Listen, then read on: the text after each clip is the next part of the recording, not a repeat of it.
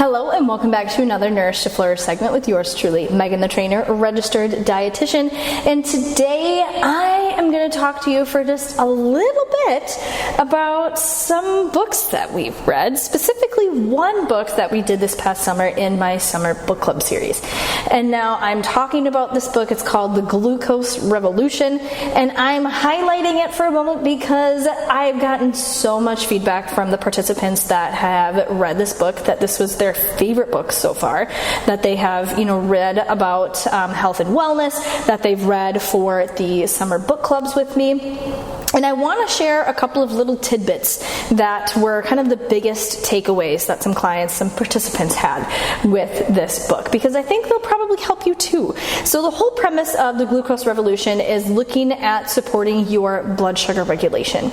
And you've heard me talk about no naked carbs and putting clothes on your carbs. And essentially that is kind of the big premise of the entire book, but it's filled with all kinds of cool hacks and very actionable things that you can do to help support your blood sugar.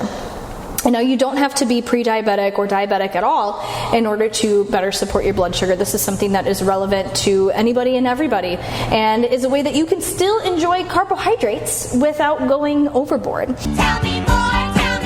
The hack, the thing that I want to talk a little bit about is eating in a specific order. Now, the night that I'm recording this, I just had a conversation with a client about this out on the floor, so it is like super fresh in my mind, and she too was kind of like, oh, I never would have thought of that, but it makes complete sense. Eating your foods when you sit down at a meal. I would recommend, and as is recommended in the book as well, save your carbohydrates for the end. Start your meal with some veggies, some fiber, and your protein, and then maybe your fats, and then finish with your carbs. So that way, as food is kind of coming down the hatch, we can kind of layer it a little bit.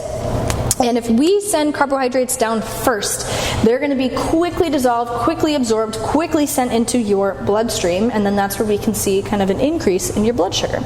But if we can save them for the end, it takes a little while to kind of weed through all the fiber, all of the protein. These are much bigger and more complicated molecules that either aren't digested, like fiber, or just take a little bit longer, like protein, to be digested and broken down. So it can help slow down digestion and therefore slow down absorption, and therefore decrease what's going to happen and the impact that it's going to have on your blood sugar.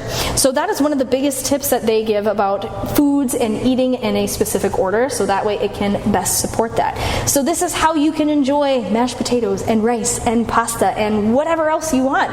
Just eat it, but eat something else before then. If you are someone who is dealing with afternoon slump, or where you just feel like you're hungry all the time, or you're craving carbohydrates and you're restricting and avoiding, this is a way that you can kind of work around that a little bit, where again, we can still have carbohydrates and you can still enjoy them, so you don't have to feel so restricted.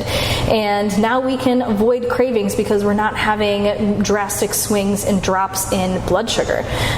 So my biggest tip to you is, again, as always, put clothes on your carbs. Don't have them be naked. But this is another way that we can put even more clothes, if you will, on your carbs. We can save them more towards the end. Now, this isn't to say that you can ever have them first, but more so in the context of supporting your blood sugar. This is a better way, a better route to do that. So now that you know better, let's go and do better so we can all be better.